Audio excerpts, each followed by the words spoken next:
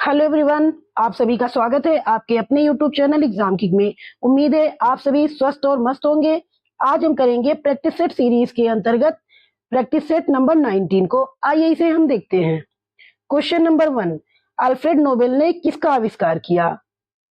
Option A microphone का, B typewriter का, सी dynamite का, डी ग्रामोफोन का। इसका आंसर हो जाएगा ऑप्शन सी डायनामाइट का। अल्फ्रेड नोबेल ये स्वीडन वैज्ञानिक थे। इन्होंने 1867 ईस्वी में डायनामाइट की खोज की। नोबेल पुरस्कार की स्थापना नोबेल फाउंडेशन के द्वारा 1901 ईस्वी में की गई थी। अब हम देखेंगे क्वेश्चन नंबर 2, वायुमंडल के ऊर्ध्वपातन की प्रक्रिया को क्या कहा जाता है? ऑप्शन ए चालन, बी संवहन, सी विकिरण, डी अभिवहन। इसका आंसर हो जाएगा ऑप्शन बी संवहन।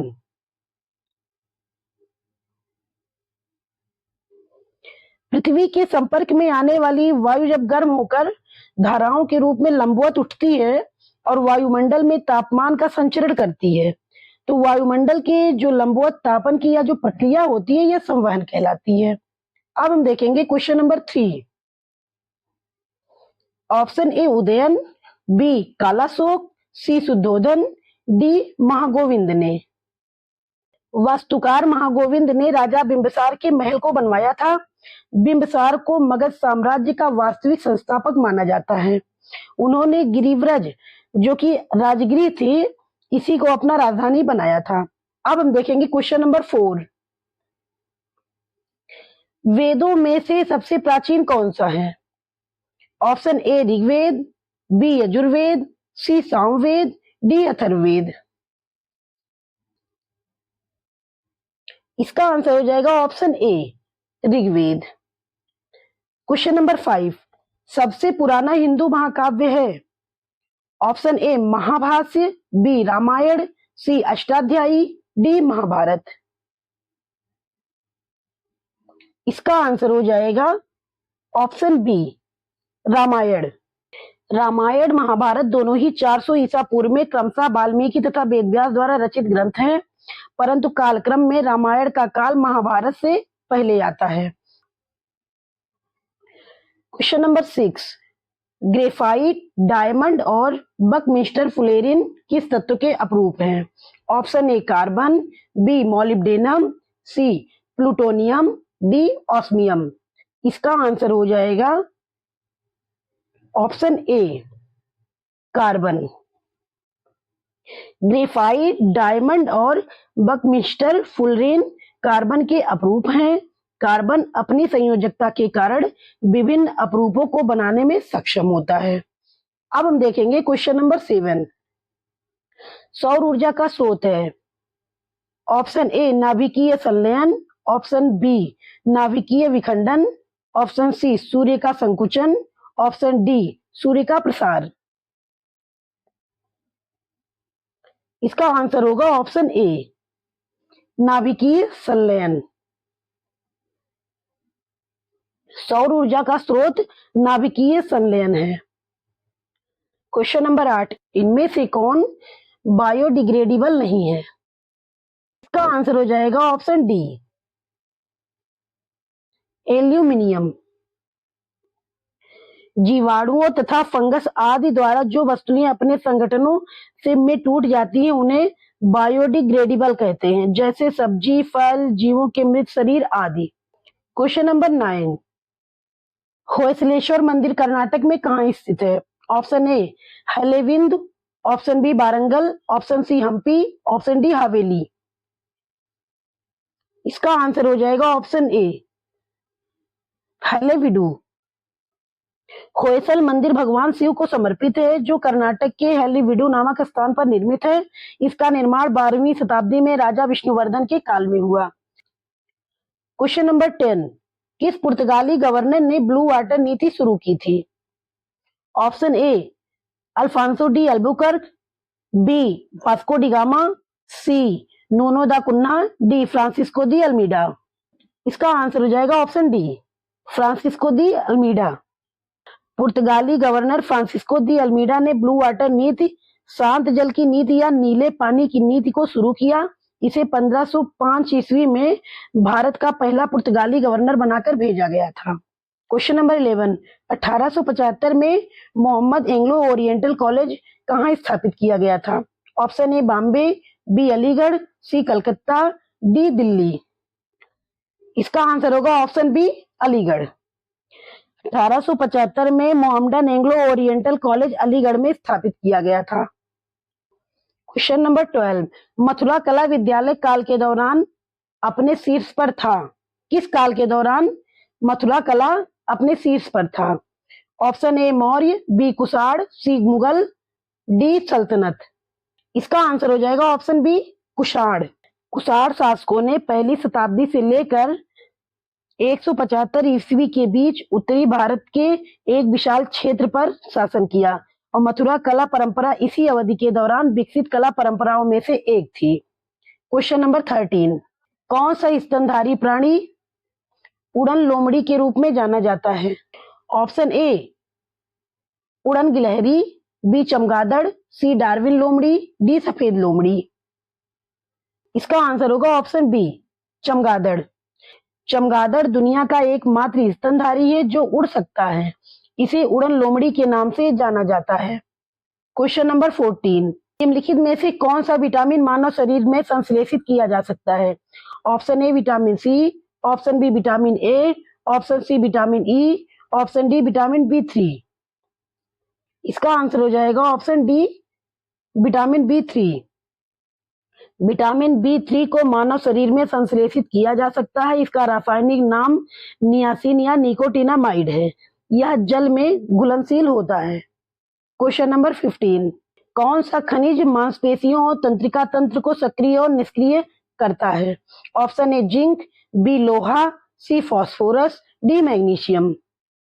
इसका आंसर हो जाएगा डी मैग्नीशियम। मैग्नीशियम मांसपेशियों और तंत्रिका तंत्र को सक्रिय और निष्क्रिय करता है। यह मानव शरीर में पाए जाने वाले 5 प्रमुख रासायनिक तत्वों में से एक है। यह मानव शरीर की जैविक क्रियाओं में सहयोग करता है और यह पत्तेदार सब्जियां, केला, शलजम, बादाम, काजू इसके प्रमुख स्रोत हैं। अब हम देखेंगे क्वेश्चन नंबर 16, सेबी का पूर्ण रूप क्या है?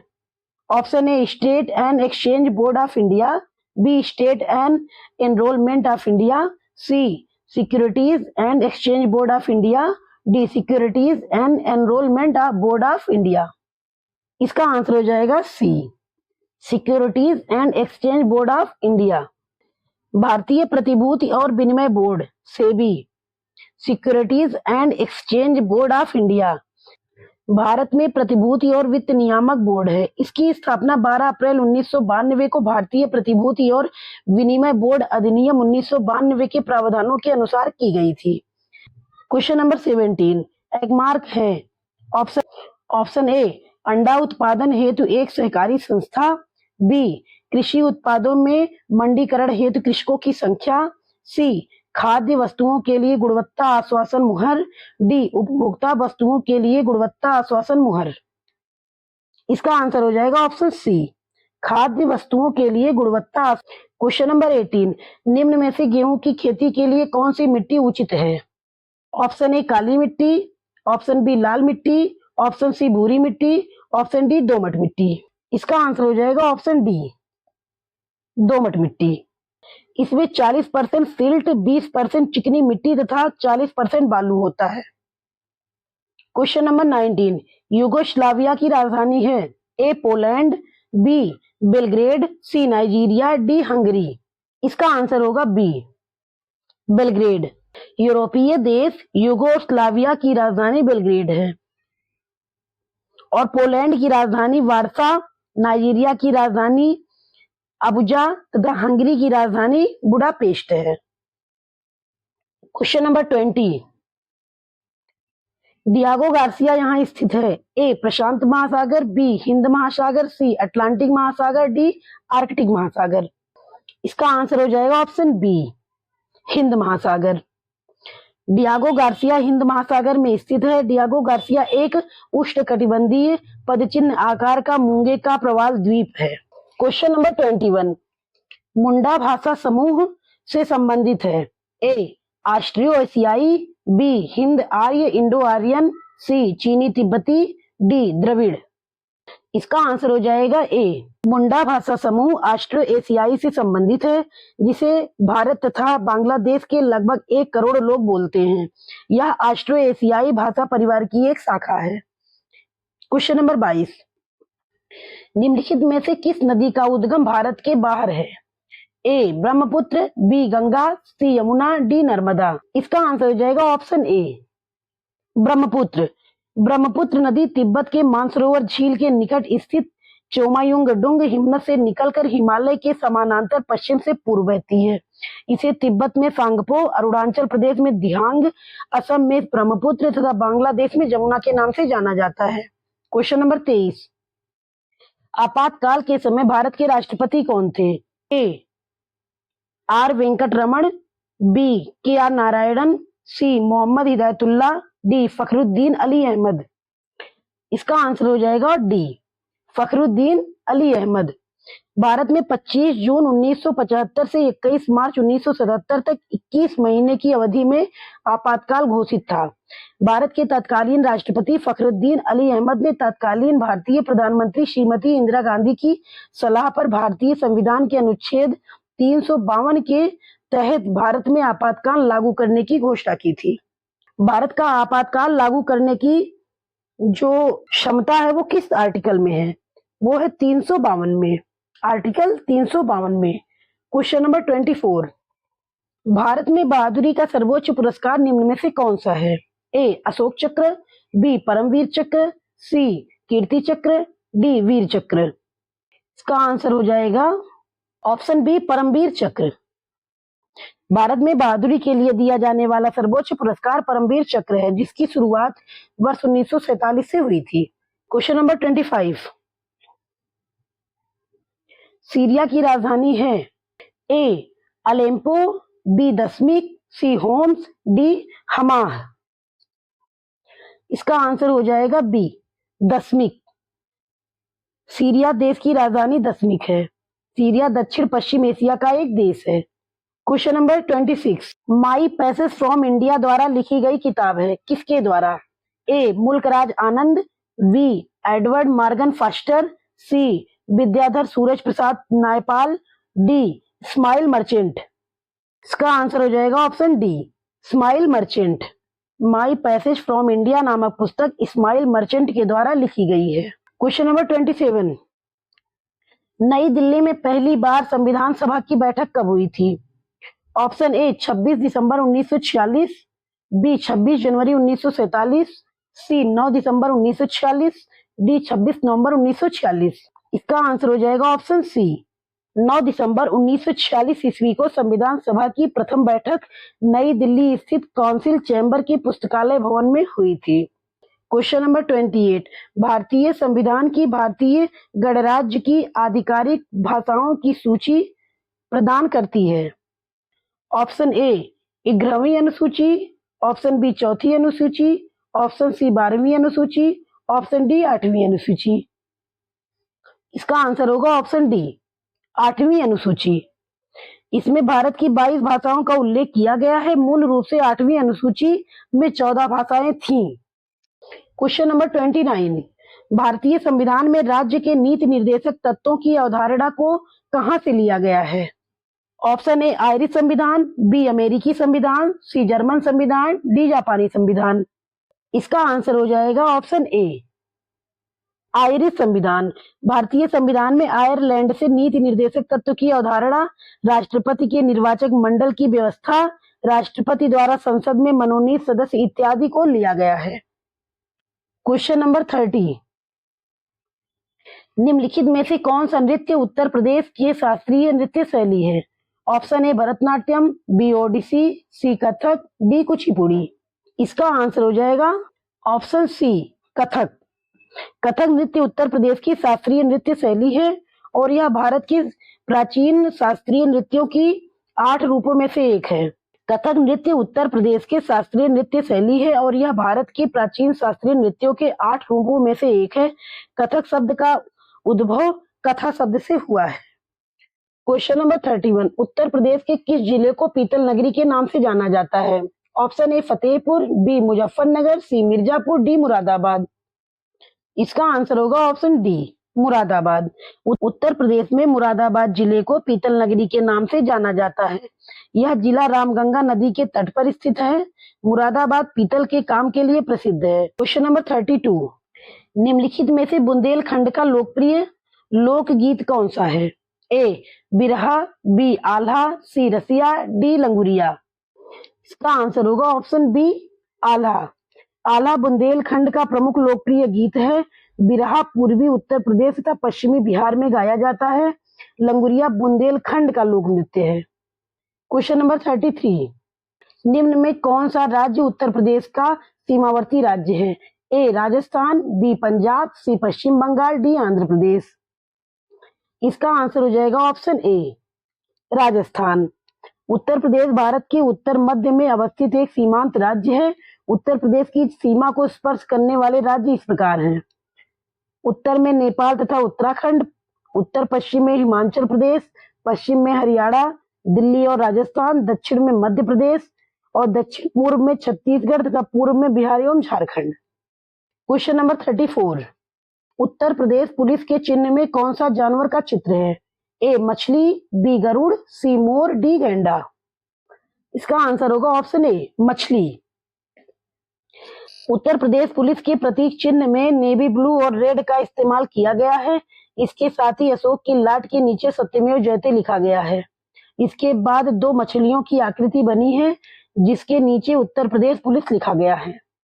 क्वेश्चन नंबर 35, भेड़ कुंड जहां अर्जुन ने द्रौपदी से शादी करने के लिए मछली को निशाना बनाया था, उत्तर प्रदेश के किस जिले में है? Option A Etawah, B Firozabad, C Farrukhabad, D Barabanki. इसका आंसर होगा ऑप्शन सी, फर्रुखाबाद। भेड़ कुंड जहां अर्जुन ने पांचाल नरेश द्रुपद की पुत्री द्रौपदी से शादी करने के लिए मछली की आंख में निशाना लगाया था, उत्तर प्रदेश के फर्रुखाबाद जिले में स्थित है। क्वेश्चन नंबर 36, हाल ही में किसे फ्रांस के सर्वोच्च नागरिक सम्मान से सम्मानित किया गया है? A B R Lalithambika, b Paul Lynch, c Ravish Kumar, d Neeraj Chopra. 36 का आंसर है option a, B R Lalithambika. दिसंबर 2023 में बी आर ललितांबिका को भारत के गगनयान मिशन में उनके योगदान के लिए फ्रांस के सर्वोच्च नागरिक सम्मान सेवलियर ऑफ बी लीजन डी ऑनर से सम्मानित किया गया है। क्वेश्चन नंबर 37, दिसंबर 2023 में 5वें वैश्विक आयुर्वेद महोत्सव कहाँ आयोजित किया गया? Option A Uttar Pradesh, B Maharashtra, C Uttarakhand, D Kerala. इसका आंसर हो जाएगा ऑप्शन डी, केरल। 5वें वैश्विक आयुर्वेद महोत्सव का आयोजन केरल में किया गया। यह आयोजन आयुष मंत्रालय ने किया जिसका उद्घाटन उपराष्ट्रपति जगदीप धनखड़ ने किया। क्वेश्चन नंबर 38, भारतीय सशस्त्र बल में एडीडी कैंप बनने वाली पहली भारतीय अधिकारी कौन है?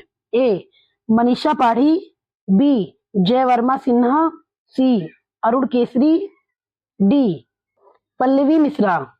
इसका आंसर हो जाएगा ऑप्शन ए, मनीषा पाढ़ी। वायुसेना में स्क्वाड्रन लीडर मनीषा पाढ़ी को भारतीय सशस्त्र बल में भारत की पहली महिला सहायक डीकैम के रूप में नियुक्त किया गया है। आज हम यहीं तक करेंगे। उम्मीद है आप सभी को यूपीपी री एग्जाम का ये क्वेश्चन पेपर मोस्ट यूजफुल लगा होगा। हमारे वीडियो को ज्यादा से ज्यादा आगे बढ़ाने के लिए इसे लाइक, शेयर तथा सब्सक्राइब अवश्य करें। धन्यवाद।